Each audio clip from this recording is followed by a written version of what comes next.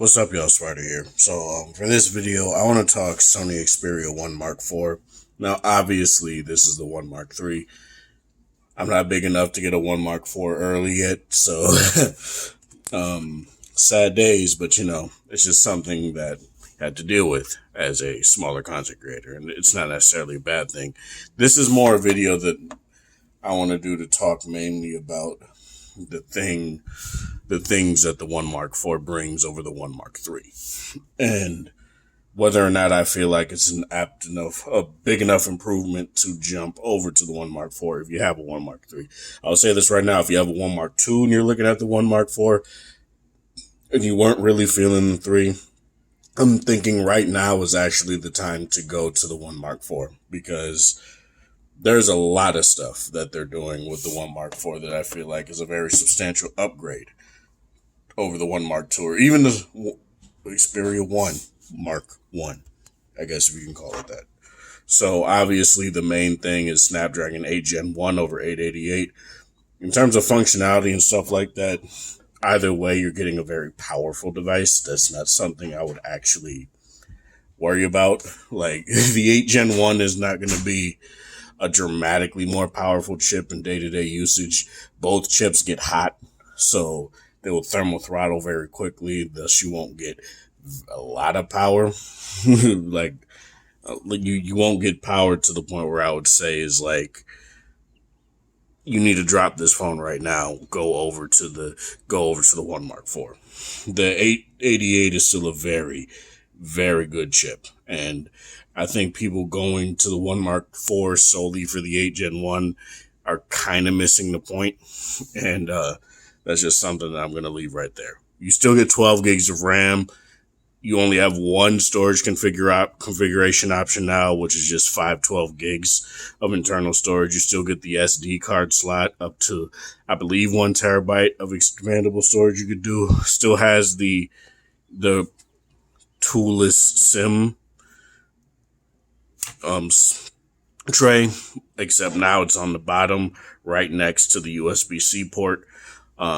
So that's nice. It does do 5G millimeter wave and all that kind of fancy schmancy crap. If you care about 5G, it's there. If you don't care about 5G, then whatever. But I'm pretty sure it's not going to be dual SIM in the States. But I do have the dual SIM model of the 1 Mark III. So depending, it might be an upgrade. It might not be an upgrade, depending on if you like dual SIM or not, while I'm unlocking phones here. It no longer has the Google Assistant button. They just took that completely out, which I'm totally fine with.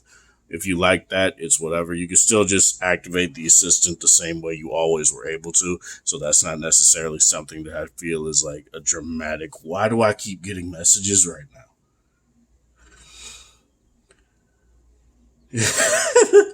Okay. What was I saying? You can still activate Assistant the regular way you always are able to, so it's not that much of an issue for me. A lot of people did not like the Google Assistant button on the 1 Mark III. I personally was like, whatever with it. Sometimes I use it, most times I don't. But it wasn't something that I felt that I actually wanted to disable, because it was just, I just never used it. So them just taking it out completely is totally fine. A 5,000 milliamp hour battery compared to a 4,500 in the 1 Mark III here. Still have the headphone jack. I'm pretty sure it has the same like quality amp and stuff like that, so it's not going to be any stronger. That's kind of a disappointment, but it's whatever. A headphone jack's a headphone jack, and I'm glad a manufacturer is sticking with it. So it's better to have it than not have it. You still get the 4K 120 hertz screen with 240 hertz touch sampling rate screen. I'm not sure if it's an LTPO screen. I don't think it is. And honestly, I don't personally think, for me personally, it's not that big of a deal. A lot of people are like, we need it for better battery life, man. It's from my testing with the S21 Ultra and with phones like the OnePlus 9, the LTPO did not, the variable refresh rate did not do anything really to actually dramatically impact battery performance compared to just having a static 120 hertz. So it's not really that big of a deal for me personally. Plus, you can still just go into the settings and turn it to 60 hertz if you really require that. And if you want to use 120 hertz for gaming, go into the game enhancer, customize the settings in there, and you can make any game you want that actually supports 120 hertz go up to that. So that's something that I don't necessarily feel is that big of a deal. Same overall construction. It does have a better front-facing camera. It has a 12 megapixel sensor. It's also a larger sensor as well compared to the 10 that's in here. It will be able to do 4K 30 on the front, not 4K 60, sadly, but 4K 30 is fine. Other things that are going to be very nice about the One Mark IV is that you're going to be able to use the accessories that came alongside the Pro Eye. So the little clamp Bluetooth little I forgot what, like gimbal thing, and with the little external screen that you can put on the back, that's able to be used on the One Mark IV.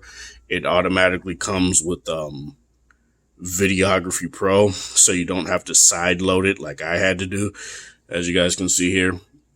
And the Videography Pro app also allows you to do things like switch to the front-facing camera in it. So if you want to do for very high-quality video from the front-facing camera, you can do that on the One Mark IV. Obviously, it's not here since this is the Pro Eyes implementation of the Video Pro app, but it's mostly the same.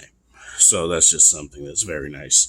And you still get Cinema Pro. There's still things in Cinema Pro that you don't get in Videography Pro, so it's not a replacement at all. Like, for example, the looks you don't get in Cinema Pro or Videography Pro, and that's something I feel is very nice and really does show Sony's prowess in terms of their cinema line and all that type of stuff. And what would be the point of having a phone that is co-engineered by Sony Alpha not have any of those kind of looks in terms of video, right? Wouldn't really make much sense. So I'm glad those are still going to be there with the One Mark IV, and that Video Cinematography Pro didn't get completely axed. Other things that are changed, the cameras, you still get the same 12 megapixel setup with all three lenses. The only difference is that the telephoto lens, rather than being just a two-phase telephoto lens like it is here, is going to be a fully mechanical telephoto lens. And what that will basically do is, one, it gives you more focal length. So instead of being the 70 to 105 that's here on the One Mark III, you get an 85 to 125 telephoto lens. And obviously you can still digitally zoom in those ranges. So as you guys can see, the max 105 on here, but it goes up to 300 digital zoom, and it looks pretty decent. That doesn't look bad at all. It does get a little soft, I'm not going to lie, but that's just the downfall of doing a lot with these small sensors, right? That's obviously something you're going to have to deal with. So yeah, that's something that is very nice. More focal length is always nice, and all three lenses can do 4K 120 FPS recording, so that's actually very nice as well. Whereas on here, it's only the main lens that can do it. Whichever the main lens is, I believe it's the second one. And honestly, I do feel like that's actually a very nice thing, and something that does leverage power quite a bit compared to the One Mark III. It doesn't come with a charger in the box anymore. Not a big deal for me personally, since I never used my Sony charger. I do still believe it comes with like 45 watt charging. It supports that. And I use an 100 watt charger for my phone, so it charges very fast regardless. So for those that have any ire about that and don't want to support Sony solely based off that, whatever. For me personally, it doesn't really matter. I just feel like saying it's under the guise of the environment, I don't really get because you'll still probably send the charger in a big old box like Apple does when people order it from your website. So it's whatever. Still has reverse wireless charging too, so that's nice. And also obviously wireless charging, so that's good. Ultimately, what I feel about the One Mark IV, I don't know if I'm going to upgrade because this phone has been doing very well for me. And the starting price is $1,600 through Sony's site. At least what the perk that they do give you is that you can get a pair of the XM4s, the XM4 earbuds for free. So that's actually a pretty good deal. But $1,600 is a steep price. I'm not going to sit here and act like it's not. Hell, $1,200 getting this phone was a steep price. I'm not going to sit here and act like it wasn't. But for all the stuff that they're doing with the phone, I feel is very interesting. And I'm very interested to see how the One Mark IV stacks up. It also is going to have a Music Pro app, which is going to be very good for, it's basically a, it's a recorder. It's a voice recorder, but it can be used for high-end voice, like audio production, music production. It's very much what LG was doing back in the day, because they were doing the same thing a similar thing where you can record a master and then all this other stuff with very clean, very, very high quality mics on the phone. And you can use it to obviously as like your master track for a song or whatever, right? The difference is that what Sony is doing is that they'll allow you to send it up to a cloud service and they will put it through a sort of, software mastering process to make it sound cleaner and all this other stuff too.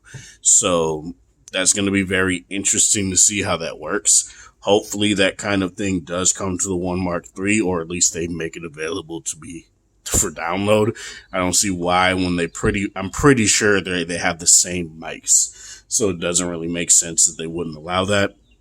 But overall, how I feel about the One Mark IV, it's all the upgrades a lot of people are asking for. A lot of people are looking at these leaks, like a 48 megapixel sensor and all this other crap that just did not sound like Sony at all. It's like, I feel like the One Mark IV is the most reasonable step Sony could have taken. And don't get me wrong, I would have liked to see a larger sensor overall, like a more megapixels overall larger sensor in a Sony phone. I would have liked that. I love phones like the V60, love phones like the OnePlus 9 with those large sensors that are just great. But that's not what Sony is out here for. And the output that comes from this camera is still very competitive and it's very good. And the amount of stuff this phone can do with its camera is still very good and very competitive as well. So the One Mark IV, honestly, to me, is basically you going from the One Mark II to the One Mark IV. I don't necessarily see people, unless they really didn't like the battery life performance they were getting out of the One Mark III, going over to the One Mark IV. Obviously a brighter screen. That's very nice to see. Going from the One Mark II, the 3, and then the 4. It's very nice to see Sony slowly getting up to that point. You got to keep in mind that they're the only ones doing 4K 120 hertz panels on phones. So it's going to take a bit for their screens to get on top of the game, towards the top of the food chain in terms of those options there. But overall, I do feel like they're slowly implementing stuff that people want more. And it's glad to see, like the selfie camera being better. That's something that a lot of people have wanted and have been the deciding factors of them not getting the phone. And I get that. But for me personally, we'll ultimately see what the rest of the year holds. I still love my One Mark III. I don't see myself giving it up anytime soon. And the only way I would be giving this up is giving it to a friend or something. So If I end up getting a 1 Mark IV, we'll ultimately see what happens then. But this is Sparta. Thanks for watching. Thanks for support. Hope you guys have a wonderful Wednesday, whatever time of day it is in your area. Like the video if you like it, share with people that are interested in this sort of content, and have a good one.